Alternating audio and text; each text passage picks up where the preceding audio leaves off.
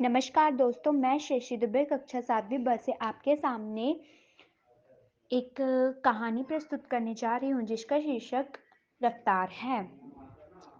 यह कहानी कुछ इस प्रकार है। पंकज अपने माता-पिता की 3 संतानों में से सबसे छोटा है। चावला जी की कुल 3 संतान हैं जिनमें बड़ी बेटी रश्मि और छोटी बेटी प्रियंका है। शादी के करीब 12 वर्ष बाद चावला जी को पुत्र रतन की प्राप्ति हुई थी। नाम पंकज रखा गया।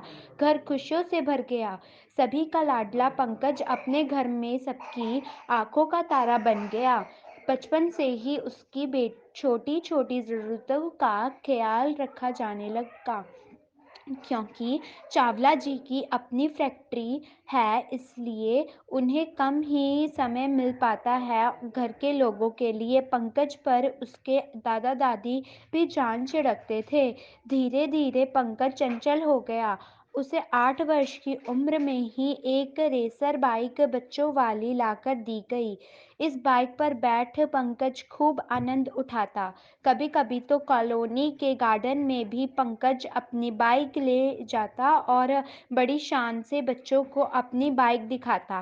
पंकज पंकज अब करीब 19 वर्ष का हो गया। अब वह पढ़ाई के लिए कॉलेज जाने लगा।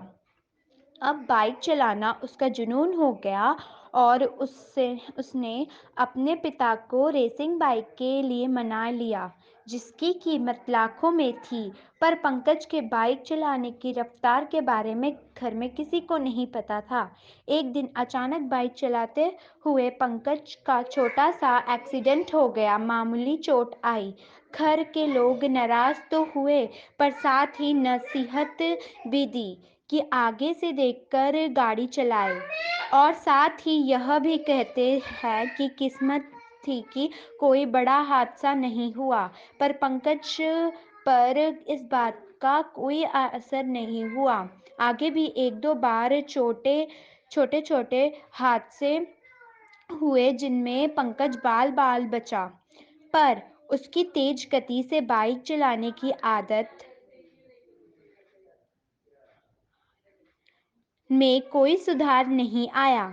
एक दिन पंकज का बहुत बड़ा एक्सीडेंट हो जाता है, जिसमें डॉक्टर को उसका एक पैर और एक हाथ काटकर अलग करना पड़ता है। होश आने पर पंकज को जब पता चलता है कि उसका एक पैर और एक हाथ काट दिया गया है, तो वह जोर जोर से चीखने लगता है, माँ, मेरा एक हाथ और एक पैर, माँ मुझे बचा लो, मैं जीना चाहता हूँ। मैं आज के बाद तेज गति से बाइक नहीं चलाऊंगा और न ही कोई स्टंट करूंगा। रात को अचानक पंकज के कमरे से जोर जोर से चीखने की आवाजें सुनकर पंकज के घर के सदस्य भागे भागे पंकज की कमरे की ओर दौड़ पड़ते हैं और उसे उसे चीखता हुआ देखकर उसे गहरी नींद से जगाते हैं और उसे एहसास कराते हैं कि उसका कोई एक्सीडेंट नहीं हुआ है